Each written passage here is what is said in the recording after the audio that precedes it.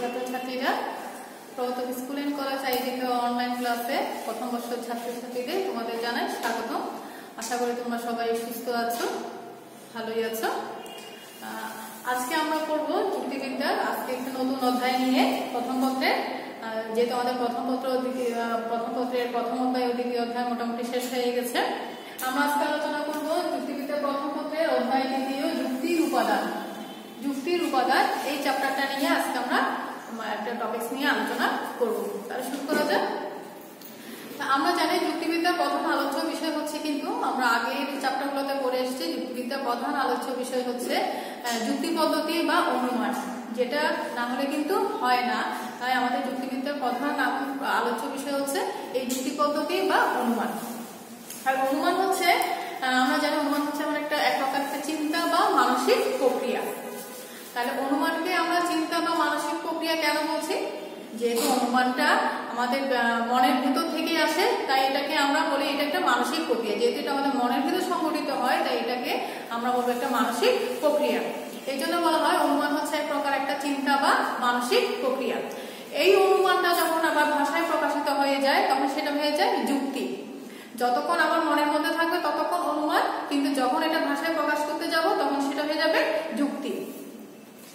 তাই যুক্তিবিদ্যার প্রধান আলোচ্য বিষয় হচ্ছে অনুমান বা যুক্তির প্রকৃতি।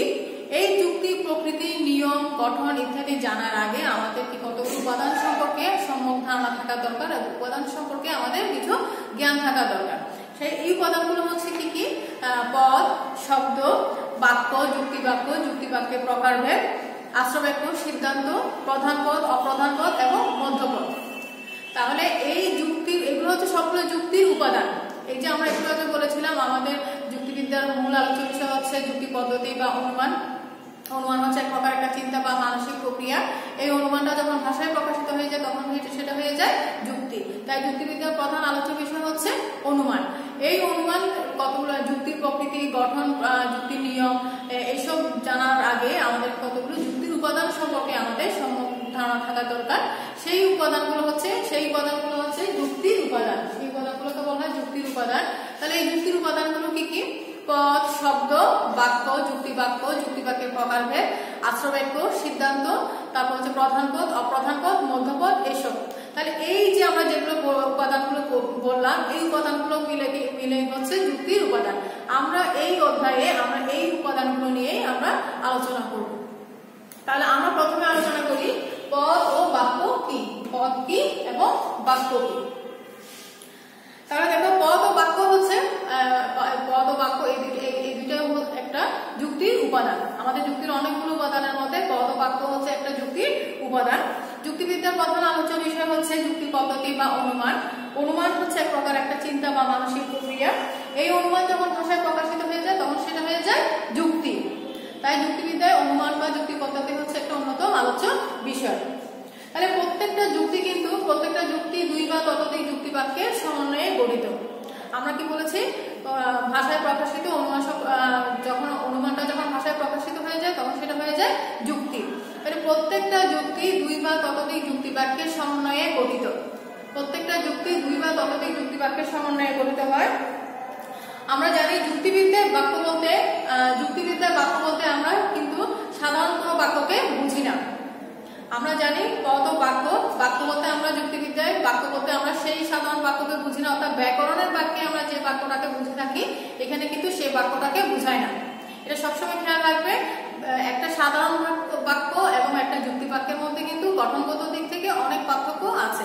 এজন্য বলা হয় একটা যুক্তি দুই বা ততোধিক যুক্তি বাক্যের সমন্বয়ে গঠিত, কিন্তু প্রত্যেকটা যুক্তি কিন্তু একটা সাধারণ বাক্যের মতো নয়। সাধারণ বাক্য এবং যুক্তি বাক্যের মধ্যে গঠনগত দিক থেকে একটু তফাৎ আছে। এবার দেখি আমরা গঠনগত দিক থেকে পার্থক্যটা কি। তাহলে আমরা জানি একটা সাধারণ বাক্যে কিন্তু দুইটা পদ থাকে, শুধু উদ্দেশ্য পদ আর বিধেয় পদ। একটা সাধারণ বাক্যে দুইটা পদ থাকে, অর্থাৎ ব্যাকরণের বাক্যে তোমরা ব্যাকরণের মধ্যে হয়তো পড়েছো, একটা ব্যাকরণ বাক্যে দুইটা পদ থাকে, উদ্দেশ্য এবং বিধেয়। যেমন উদ্দেশ্য এবং বিধেয়, যেমন আমি বলি রাজু হয় বুদ্ধিমান,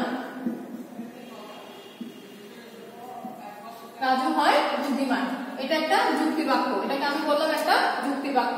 তাহলে এই যুক্তি বাক্যের মধ্যে দুইটা পদ আছে, একটা হচ্ছে এই উদ্দেশ্য আর একটা হচ্ছে বিধেয়। এই রাজুটা হচ্ছে উদ্দেশ্য আর বুদ্ধিমানটা হচ্ছে বিধেয়।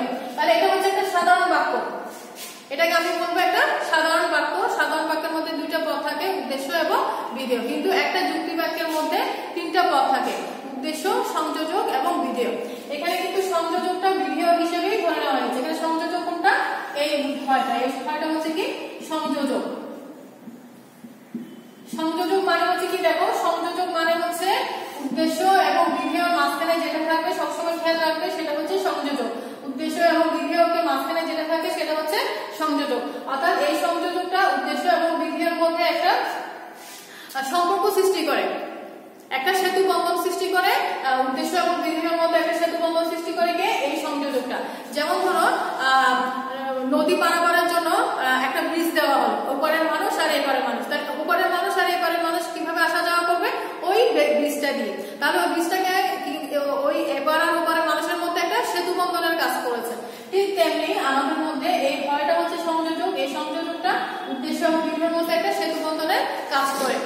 তাহলে এটা হচ্ছে একটা কি সাধারণ বাক্য, এটাকে আমি বলবো একটা সাধারণ বাক্য। এটা কোনো যুক্তি বাক্য নয়, এটা কোনো যুক্তি বাক্য নয়, এটা হচ্ছে সাধারণ বাক্য অর্থাৎ ব্যাকরণের বাক্য। তাহলে কারণ এখানে এই যে হয়টা এটা বুদ্ধিমান হিসেবে চলে আসছে, এই সংযোজকটা বুদ্ধিমান হিসেবেই আমরা ধরে নিয়েছি। তাহলে আমরা দেখি তাহলে একটা সাধারণ বাক্য এবং যুক্তি বাক্যের মধ্যে গঠনগত দিক থেকে পার্থক্য আছে। তাহলে এবার আমরা যুক্তি বাক্য কোনটা বলবো? যুক্তি বাক্যে তাহলে একটা সাধারণ বাক্যে শুধু দুইটা অংশ থাকে, উদ্দেশ্য এবং বিধেয়। কিন্তু একটি যুক্তি বাক্যের মধ্যে তিনটা অংশ থাকে, একটা যুক্তি বাক্যের মধ্যে তিনটা অংশ থাকে, একটা হচ্ছে উদ্দেশ্য, একটা হচ্ছে সংযোজক এবং একটা হচ্ছে বিধেয়। একটা যুক্তি বাক্যে তিনটা অংশ থাকে, একটা উদ্দেশ্য, একটা বিধেয়, একটা সংযোজক। এই উদ্দেশ্য হচ্ছে আমি পেয়ে গেলাম, সংযোজক হচ্ছে এটা হয়টা, আর বুদ্ধিমানটা হচ্ছে বিধেয়। তাহলে তাই যুক্তিবিদ্যায় কোনো যুক্তিকে কিন্তু বাক্যের আকারে প্রকাশ করতে হলে আমাকে আগে সেটা যুক্তি বাক্যের আকারে প্রকাশ করতে হবে। তাহলে এখানে আমি এই বাক্যটাকে আমি কখনো সাধারণ বাক্যের আকারে প্রকাশ করবো না, এটাকে আমাকে প্রকাশ করতে হবে যুক্তি বাক্যের আকারে। অর্থাৎ যেখানে সংযোজক আছে সেটাকে অবশ্যই আমরা যুক্তি বাক্যের আকারে প্রকাশ করবো, কারণ একটি যুক্তি বাক্যে তিনটা থাকে, অংশ থাকে, উদ্দেশ্য, সংযোজক এবং বিধেয়। কিন্তু একটি সাধারণ বাক্যে থাকে শুধুমাত্র দুইটা অংশ, উদ্দেশ্য এবং বিধেয়। যেমন ধরো সকল জীব হয় মরণশীল, মানুষ হয় জীব, সুতরাং সকল মানুষ হয় মরণশীল। মানুষ হয় জীব,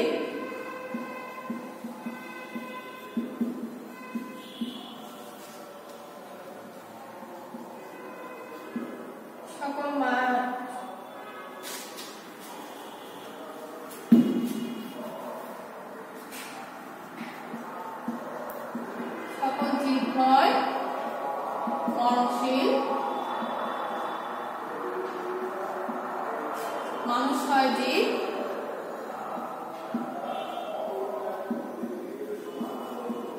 সুতরাং সকল মানুষ হয়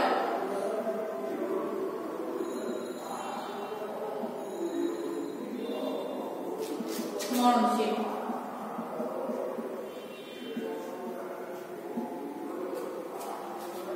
আমি দেখতে পাচ্ছি এখানে সকল জীব হয় মরণশীল, মানুষ হয় জীব, সুতরাং সকল মানুষ হয় মরণশীল। এই তিনটা হচ্ছে একটা বাক্য, এটা একটা বাক্য, এটা একটা বাক্য, এটা একটা বাক্য। তাহলে প্রত্যেকটা বাক্যে একটু খেয়াল করে দেখো, প্রত্যেকটা বাক্যে কিন্তু দুইটা পদ আছে, একটা উদ্দেশ্য এবং বিধেয়, উদ্দেশ্য এবং বিধেয়, উদ্দেশ্য এবং বিধেয়। তাহলে উদ্দেশ্য এবং বিধেয় পদ ছাড়া কিন্তু কোনো একটা যুক্তি বাক্য সম্ভব নয়। এখানে যুক্তি বাক্যের সংখ্যা কিন্তু তিনটি, কিন্তু পদ সবগুলোতে কিন্তু দুইটা করে পদ আছে, একটা হচ্ছে উদ্দেশ্য এবং বিধেয়। তাহলে প্রত্যেকটা বাক্য দুটি পদের সমন্বয়ে গঠিত, প্রত্যেকটা বাক্য দুটি পদের সমন্বয়ে গঠিত, উদ্দেশ্য বিধেয়, উদ্দেশ্য বিধেয়, উদ্দেশ্য বিধেয়। তাহলে সুতরাং আমরা বলতে পারি সুতরাং পদ ছাড়া কিন্তু কোনো একটা যুক্তি বাক্য সম্ভব নয়। যুক্তিবিদ্যা কোনো পদের যুক্তির বৈধতা অবৈধতা বিচারের জন্য অবশ্যই কিন্তু পদের সাহায্য নিতে হবে, পদ ছাড়া কিন্তু কখনো একটা যুক্তি বাক্য কখনো গঠিত হতে পারে না। তাহলে যুক্তি বাক্যে অবশ্যই পদের গুরুত্ব অপরিসীম। তাহলে এবার আমরা দেখি পদ জিনিসটা কি। তখন তো আমরা বললাম কোন একটা যুক্তি বাক্য পদ ছাড়া কখনোই একটা উদ্দেশ্য পদ ছাড়া যুক্তি বাক্য কখনো সম্ভব নয়। তাহলে এবার আমরা দেখি পদ জিনিসটা কি।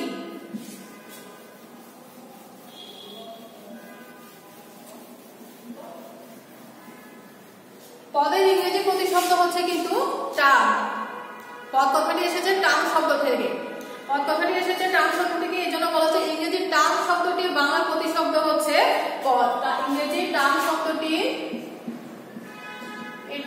শব্দটির বাংলা প্রতিশব্দ হচ্ছে পদ। টান শব্দটির বাংলা প্রতিশব্দ হচ্ছে পদ। এই টান শব্দটি এসেছে ল্যাটিন শব্দ টার্মিনাস থেকে। ল্যাটিন শব্দ টার্মিনাস থেকে, যার অর্থ হচ্ছে কি প্রান্ত বা সীমা।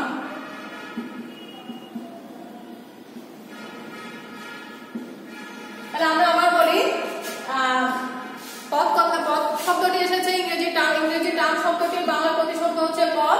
এই ইংরেজি টার্ম শব্দটির বাংলা প্রতিশব্দ হচ্ছে পদ। আর টার্ম শব্দটি এসেছে ল্যাটিন শব্দ টার্মিনাস থেকে। টার্মিনাস শব্দের অর্থ হচ্ছে প্রান্ত বা সীমা। তাহলে আমরা বলতে পারি পদ কাকে বলে? যুক্তিবাক্যের যেই দুই প্রান্তে অবস্থানকারী শব্দ বা শব্দসমূহ হচ্ছে পদ। যুক্তিবাক্যের দুই প্রান্তে অবস্থানকারী শব্দ বা শব্দসমূহ হচ্ছে পদ। অর্থাৎ দুই প্রান্তে অবস্থানকারী মানে আমি যখন বললাম রাজু হয় বুদ্ধিমান, তাহলে রাজু একটা এই প্রান্ত, বুদ্ধিমান হচ্ছে ওই প্রান্ত। তাহলে দুই প্রান্তে দুটো অবস্থান করছে, একটা উদ্দেশ্য পদ আর একটা হচ্ছে বিধেয় পদ। এই জন্য বলা হয় যুক্তিবাক্যের দুই প্রান্তে অবস্থানকারী শব্দ বা শব্দসমূহকে বলা হয় পদ। তাহলে এদিকে বলা যাচ্ছে, তাহলে আমরা পদ কি জিনিসটা পেয়ে গেছি। পদের ইংরেজি প্রতিশব্দ হচ্ছে টার্ম। টার্ম শব্দটি এসেছে ল্যাটিন শব্দ টার্মিনাস থেকে। টার্মিনাস কথাটির অর্থ হচ্ছে প্রান্ত বা সীমা। অর্থাৎ যুক্তিবাক্যের দুই প্রান্তে অবস্থানকারী শব্দ বা শব্দসমূহকে বলা হচ্ছে পদ। তাহলে এবার আমরা দেখি পদকে কি অর্থে ব্যবহার করা যায়। পদকে দুই অর্থে ব্যবহার করা যায়, একটা হচ্ছে ব্যাপক অর্থে পদ আর একটা হচ্ছে সংকীর্ণ অর্থে পদ। পদকে দুই অর্থে ব্যবহার করা যায়, একটা হচ্ছে ব্যাপক অর্থে আর একটা হচ্ছে সংকীর্ণ অর্থে। তাহলে ব্যাপক সংকীর্ণ অর্থে পদ হচ্ছে কোনগুলো দেখো। সংকীর্ণ অর্থে পদ হচ্ছে যে সমস্ত পদ বা শব্দ বা শব্দ সমষ্টি পদ হিসেবে গণ্য হয় বা ব্যবহৃত হওয়ার যোগ্যতা রাখে, ব্যবহৃত হয়, তাকে বলা হয় সংকীর্ণ অর্থে পদ। অর্থাৎ সংকীর্ণ অর্থে ওই সমস্ত শব্দ বা শব্দ সমষ্টি পদ হিসেবে গণ্য হবে যারা কোনো যুক্তিবাক্যে প্রকৃত উদ্দেশ্য বা বিধি হিসেবে ব্যবহৃত হয়। অর্থাৎ সংকীর্ণ অর্থে পদ হচ্ছে ওই সমস্ত শব্দ বা শব্দ সমষ্টি যেগুলো কোনো যুক্তিবাক্যে উদ্দেশ্য বা বিধি হিসেবে ব্যবহৃত হতে হয়। যেমন রাজু হয় বুদ্ধিমান, এখানে রাজু এবং বুদ্ধিমান সব জায়গায় কিন্তু বসে গেছে, তাদেরকে জোর করে বসানো হয়নি বা বসার মতো তাদের যোগ্যতা আছে বলে তারা ওই জায়গায় বসে গেছে। তাহলে এটাকে আমি বলবো সংকীর্ণ অর্থে পদ। আর ব্যাপক অর্থে পদ হচ্ছে দেখো, ব্যাপক অর্থে পদ বলতে এমন শব্দ বা শব্দ সমষ্টিকে বোঝায় যেগুলো কোনো একটা যুক্তিবাক্যে ব্যবহৃত হওয়ার মতো যোগ্যতা রাখে। অর্থাৎ ওদের মোটামুটি যোগ্যতা আছে, ওরা বসতে পারে আবার নাও বসতে পারে, যোগ্যতা আছে বলেই সে বুঝতে পারে। যেমন মানুষ, বই, মরণশীল, এগুলো কিন্তু কোনো যুক্তিবাক্যে উদ্দেশ্য বা বিধি হিসেবে হয়তো বসতেও পারে আবার নাও বসতে পারে, কিন্তু এদের বসার মতো একটা যোগ্যতা আছে। তাহলে আমরা পদকে দুই অর্থে ব্যবহৃত করতে পারি, একটা হচ্ছে ব্যাপক অর্থে পদ আর একটা হচ্ছে সংকীর্ণ অর্থে পদ। তাহলে আমরা মোটামুটি পদ সম্পর্কে একটা ধারণা পেলাম, বাক্য সম্পর্কে একটা ধারণা পেলাম। পদ কি তোমরা নিশ্চয় বুঝতে পেরেছ। কোন যুক্তিবাক্যে দুই প্রান্ত অবস্থানকারী ব্যবহৃত শব্দ বা শব্দসমূহ হচ্ছে পদ। একটি যুক্তিবাক্য কখনো পদ ছাড়া গঠিত হতে পারে না। যুক্তিবাক্যে অবশ্যই দুটি পদ দরকার, পদ ছাড়া কখনো একটা যুক্তিবাক্য সম্পূর্ণ হতে পারে না। আর যুক্তিবিদ্যার প্রধান আলোচ্য বিষয় হচ্ছে যুক্তি পদ্ধতি বা অনুমান। এই অনুমান কতগুলো ধারণার উপর নির্ভর করে, সেই ধারণাগুলো হচ্ছে এর মধ্যে যুক্তির উপাদানগুলো পদ, শব্দ, বাক্য, যুক্তির উপাদান, যুক্তিবাক্যের উপাদান, আশ্রবাক্য, সিদ্ধান্ত, প্রধান পদ, অপ্রধান পদ, মধ্যপদ, এসব এগুলোকে বলা হয় যুক্তির উপাদান। তাহলে বাক্য কি? একটি বাক্য হচ্ছে একটি সাধারণ বাক্য এবং একটি যুক্তি বাক্যের মধ্যে কিন্তু গঠনগত দিক থেকে অনেক পার্থক্য আছে।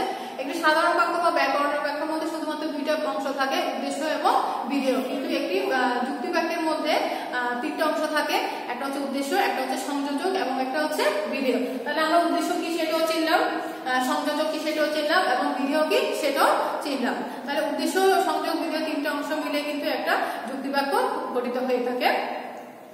তাহলে একটি পদ ছাড়া কখনো তাহলে যুক্তি বাক্য সম্ভব নয়। এবং পদ কি? তাহলে পদের ইংরেজি প্রতিশব্দ হচ্ছে টার্ম। টার্ম কথাটা এসেছে ল্যাটিন শব্দ টার্মিনাস থেকে। আর টার্মিনাস শব্দের অর্থ হচ্ছে প্রান্ত বা সীমা। তাহলে যুক্তি বাক্যে দুই প্রান্ত অবস্থানকারী শব্দ বা শব্দ সমূহ হচ্ছে পদ। পদকে দুই অর্থে ব্যবহার করা যায়, একটা হচ্ছে ব্যাপক অর্থে পদ আর একটা হচ্ছে সংকীর্ণ অর্থে পদ। সংকীর্ণ অর্থে পদ হচ্ছে কি, যে ওই সমস্ত শব্দ বা শব্দ সমষ্টি যেগুলো ব্যবহৃত হয় সচরাচর, আর ব্যাপক অর্থ হচ্ছে যেগুলো ব্যবহৃত হওয়ার মতো যোগ্যতা রাখে। তাহলে আজকে মোটামুটি তোমাদেরকে পদ ও বাক্য সম্পর্কে একটু ধারণা দিলাম। নেক্সট ক্লাসে আমি তোমাদের পদ ও শব্দের মধ্যে পার্থক্য এই টপিকসটা পড়াবো। আজকে যেটা পড়িয়েছি তোমরা সেটা বাসায় ভালো করে একটু চর্চা করবে, আশা করি তোমরা ফলপ্রসূ হবে। নেক্সট ক্লাসে তোমাদের কত শব্দের মধ্যে পার্থক্য এটা তোমাদের বুঝাবো। ততদিন পর্যন্ত তোমরা সুস্থ থাকো, ভালো থাকো। ধন্যবাদ।